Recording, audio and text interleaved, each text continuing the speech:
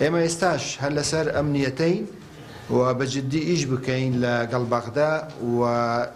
ئاگاداریشن لیژنەیەک یا شاندی حکوومەتی هەرێمی کوردستان پێک هێنراوە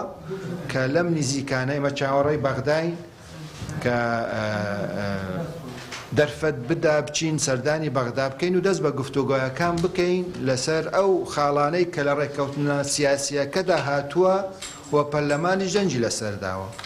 ئەم بابەتانە بەشێکی پەیوەستە بەلایانی تەنفیزی، بەشێکیشی پەیوەستە بەلایانی تەشریعی. ئەوەی تەنفیزیە کۆمەڵی بابەتن، یەکەم بابەت ئەوەیە مەسەلەی بودجەیە، مەسەلەی نەوتە و بێگومان بابەتی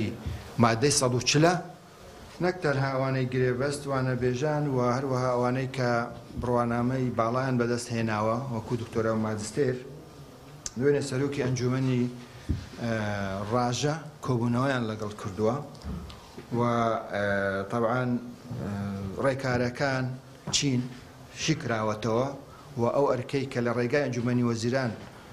بە خودی ئەو ئەنجومەنە ڕاست پێدراوە کاری لەسەر کردووە و راپۆرتش ئامادە دەکات لەم چوارچەوەیەدا و بۆ ئەنجومەنی وەزیران بەرز بکاتەوە و ئێمە لە کۆتاییدا بڕیاری لێ دەدەین لەسەر ئەو ڕاستپاردەی کە ئەنجومەنی ڕاژە دەیکات بۆ ئەم بۆ چارەسەرکردنی ئەم بابەتە. سەبارەت بە نەوت طبعاً ئێمە ئیتیفاقمان کردووە، حکوومەتی عێراق ئیتیفاقیشی کردووە لەوەی نەوتمان پێ بفرۆشێ، نەک نەوتمان پێ بدە بە بەرامبەر، نەوتمان پێ بفرۆشێ لتری 750 دینار کە بەرمیلی دەکات 150,000.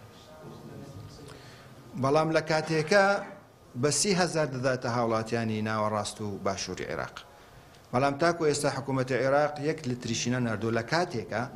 نزیکەی زیاتر لە 9 ملیار دیناری حکوومەتی هەرێم هێشتا لەلایەن وەزارەتی نەوتی عێراقا کە ئیپار ساڵە دەبوایە بەرامبەر ئەو پارەیە نەوتمان بۆ بنێرێت، بەڵام تاکو ئێستا نەپارەکەی بۆ ئێمە گەڕاندۆتەوە و نەنەوتەکەشی بۆ ئێمەی ناردووە.